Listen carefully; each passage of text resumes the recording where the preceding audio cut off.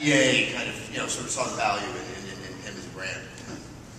Cliffy B is another one, although I don't think we've seen his name on the game. Right. It's certainly one of the reasons people would follow it and have faith that it's going to be as good as the last. Or just the Epic Games brand. I mean, a small downloadable game like Shadow Complex, which sold very, very, very well. And I think it was helped in part by just having that imprimatur of Epic Games on it. It's interesting, actually, through talking with all the developers and the publishing companies about the petition and who would be willing to just let us help you kind of thing, help get the word out that there is this petition, where people have to go and why it's important. Epic was one of the first, as was Cliffy B, who jumped on it and like retwittered it, and it was on Facebook, and they sent out emails. It's been really interesting to watch which companies engage with consumers and help us, help them. Because obviously, one would think that most developers, maybe not the guys who have the Hannah Montana license, but most developers have a vested interest right now in seeing this case go the way we need it to go. Yeah, even the social game guys like PopCap were really responsive. The ones that aren't, is a little perplexing to me, because for the past 15 years they've been saying, consumers, you're not doing enough in order to support us. Come on, you need to help us. And here we are finally helping them. So it'll be interesting to see the next 2 weeks play out. Actually, that just brought something up. So a game like Mafia Wars, that doesn't get rated by the ESRB, does it? Mafia Wars isn't rated by ESRB to the best of my knowledge, no. As are most of the Facebook games not rated. And because once again, it just shows that what's happening with this case is you're trying to impose kind of an old style of thinking that kind of ignores new media altogether. I mean, when you have downloadable games, it's circumventing the ESRB, or it can, because of its method of delivery. It's not on a store shelf. How would this ruling affect something like that? I mean, hopefully all of this would be taken into consideration, but... Yeah, you would have the exact same implications, because Apple in particular is in California, so if they're downloading games to the iPads and iPhones, theoretically we have the same problems. So, I guess, how do you see the industry? We always do this small bit, It looks like sales are still not as robust as they were a few years ago, but I've been seeing something on the lines of growth. Are you seeing something like that?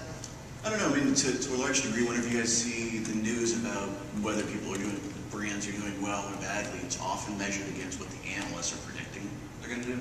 So today and yesterday it was, Take-Two did phenomenally well compared with what the analysts thought they were going to do. Right. So, where that plays out is Wall Street's this whole other thing that I don't pretend to know anything about. But when analysts put a benchmark at a certain place and it's beaten by the publisher, they tend to do well, and it looks great, and people are more interested in supporting the brand and buying stuff.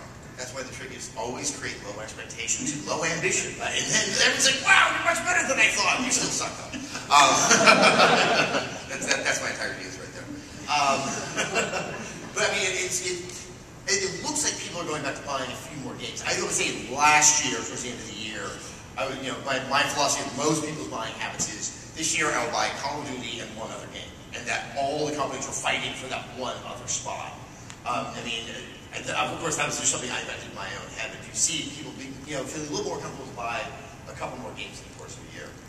This will probably lead into one of the other things that we usually talk about with games having different price points for different ways in which to engage in them. So a $60 game that in this sort of economy you can't buy 10 of them in a month. Yeah. Maybe you'd be willing to play the used version or a rental version, or stream a downloaded ad-supported version. The price can't keep going up, and you brought up earlier Bobby Kotick, he's one of the people that on the publishing side of the industry has famously said that he thinks prices should go up again to 70 plus. Or actually have to have a subscription fee for multiplayer on the game, despite the fact that at least if you're playing on Xbox Live, you are already paying a subscription fee that should be kind of setting that to rest. That is a very disconcerting model. Obviously, is there anyone here who wants to pay an additional subscription fee for multiplayer? No. All right, that guy. Oh, it's Bobby. That's what it is. Do you think there would be the internet revolt would be? Okay, I almost want to see it. Do you really think they can go down that path? That there's enough people who just don't really get it and would actually go along with that? No, I think the consumer sentiment would be fast and vocal. Yeah. You know, the gaming community tends to let you know exactly where you are right when it happens, as Blizzard found out when they changed the terms on. Yeah. I don't need to finish the sentence. I could have told you that. I saw that coming. But, you know, to Blizzard's credit, they reacted swiftly and reverted everything and said, we hear you. So, you know, as long as that sort of back and forth continues to happen, I think that we can head in the right direction at the same time. I mean, but do you think this is indicative of a need for a lot of the game companies to find alternate sources of revenue than just that one single game sale? I mean, there are ways through DLC, but something that isn't such a reinvestment in trying to create more content. I mean, is this just become a necessity so the industry can't survive? Yeah, I mean, it's increasingly hard now to predict out what those trends will be because, you know, the other day we heard Sony come back and say that the next PS4 is going to be disc-based, which I would have lost money on. Wow. I've been on vacation for some of these things you've got to pass me. Really? They're going to commit to disc-based because I've been waiting for the digital revolution. Yeah. Because it just seems, it's cheaper. It's so much cheaper. And with the success of home and live, it just seemed surprising to me. Yeah. Now, actually, with this, I mean, do you think that we're going to see any help to the industry in terms of sales for Kinect and Move? I mean, this has been kind of this is definitely the parlor game among me and all of my colleagues. You know, whether or not we have our opinions of what we think of them, but whether or not the average consumer, that casual consumer that they're trying to reach, you know, is interested and is going to pay that extra money, which is, you know, in some cases could be double that of or double the cost of a regular game. I don't know. I'm a skeptic when it comes to those things. You know, for the same reasons that many of those companies made fun of Nintendo for having that motion sensitive technology, and now, you know, 4 or 5 years later being like, well, this is totally different. That's why we're doing it. Yes, you are holding something in your hand that's mimicked up. Oh, no, it's different. It's got a glowy globe. You know, I actually saw the reviews that you guys did, Morgan did recently. I gotta agree with them. The games seem good. But the thing is, it's not a strong launch lineup. That's the thing, is that if you're trying to get new technology, remember the Wii, it was brand new. Like that was, everyone's like, whoa, this is cool. It had Wii Sports, which was awesome, but there was also Zelda. I mean, there were these marquee titles that kind of helped drive interest in it. And both Microsoft and Sony are doing these sports games. And it reminds me of the time when I was at Tech TV, and they decided they wanted to have theme weeks. And they had like Speed Week about like microprocessors and stuff. And I kept on thinking, when you looked at Shark Week, did you think the operative word was weak? It's a shark. And then once again, so everyone having all these sports games with their motion control. It's like, you know, it wasn't the fact that like I've always wanted to play tennis like this. It's like, wow, this technology is new. It was the Wii part of Wii Sports that was really exciting. And it's just, I just don't. I'm over it. You know. The part where you have to keep standing in front of the oh yeah, definitely recalibrating in between each time. Well, that deal with the issues with Kinect, where I have to stay standing. It's like I've had a long day.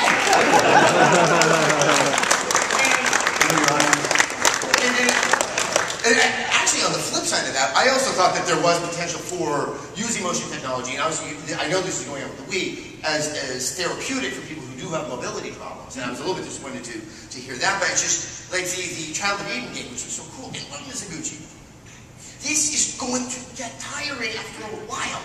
You know, this, not as much, just right here in the thumb, that muscle right there. And it's just, it's one of those where I think that the initial sell, the Minority Report effect, that's so cool. But no one's thinking, what's the long-term relationship that any consumer's going to have? You know, there might be some impulse buys due to the cool factor. I don't see where the longevity, and I don't think Nintendo really could figure out what their longevity is supposed to be with the Wii. That revolution never really seemed to happen on that system.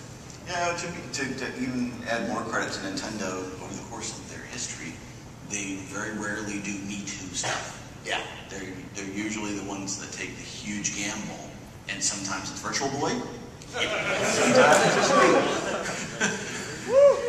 virtual boy. I mean, honestly, it really sounds like someone with a sexuality identity. It's just, I'm not really certain about this.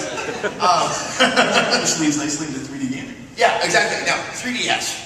I assume all you know my usual feelings on 3D? All right, then. I can give you the whole story about my roommate who pierced his schlong and... It's the best analogy in the history of analogies. Maybe I will do it. But 3DS.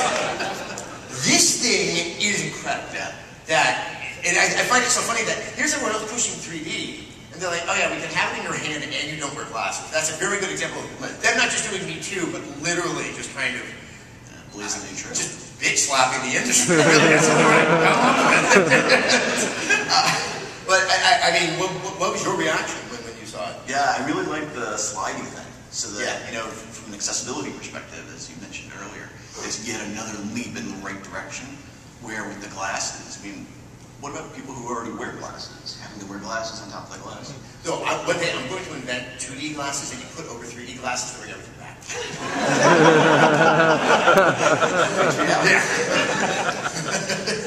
But I mean, it is, and it doesn't put a heavy onus on people. Like they can do a little bit of 3D, but they can still have very strong games. Because that's the other thing that actually the 3D eclipses. That screen is incredible. The processing power of this handheld device is absolutely astonishing. I think one of the common ground things that we have is 3D and how it's implemented. Should be about depth. It shouldn't be about, you know, stuff coming at you in your face. And I have the same problem when I go to the theater and sit there with my kids, and I just paid $12 for a freaking ticket, and you know, $100 for popcorn. And I thought Toy Story 3.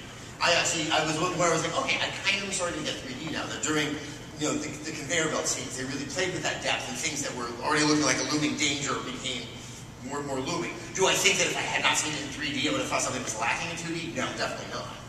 And it's the same thing that I saw when I saw Killzone 3. You know, there's the bit where they get on the hovercraft, and with the 3D, there's suddenly this interesting moment of vertigo. And I'm like, okay, there is something that was added to the experience. Once again, am I missing anything? And my concern always is that 3D will become just so important that people will sacrifice good game design in order to just have this kind of selling point. And that's what I felt happened in the late 90s, where everyone was getting graphics cards, and no one cared that they had a good game as long as it was a pretty game. And there was some pretty lackluster, you know, years for quality. I fear that we're going to have that same problem again in the next few years, because we're reaching that threshold where it can't get prettier, it can't get more real. I mean, things are so real that when you walk by the latest Madden, you can't tell whether you're actually watching a football game or it's a game. And so they keep focusing so heavily on making it reality that I fear that gameplay and the fun factor is sacrificed. Well, it does. It's disconcerting to me that look, I love Call of Duty. I love that stuff that has that hyper-realistic thing. But I was a kid who was brought up on cartoons, and I love just sort of the inventing realities, stuff that does, you know, try to have that kind of either Tolkien-esque fantasy that I guess it's realistic fantasy if one can actually have something that oxymoron on it, and stuff that's more stylized, but it doesn't seem to sell. I mean, Brutal Legend, which I thought just had an absolutely fabulous art style. Just, you know, I think that was one of the initial entry points that people just were resistant to, and contributed to the poor sales of the game. And I see this time and time again that people somehow look at that, they think cartoony, they think childish. Yeah. Well, it's also a disservice to the industry when people who are non-gamers view the industry and the art form in that way. Yeah. So really, we can't do ourselves a disservice. We have to, you know, continue to do better and be better at that, artists as they are. But at the same time, keep that balance there where, you know, the fun factor is so compelling that Plants vs. Zombies, that kind of thing. You just do.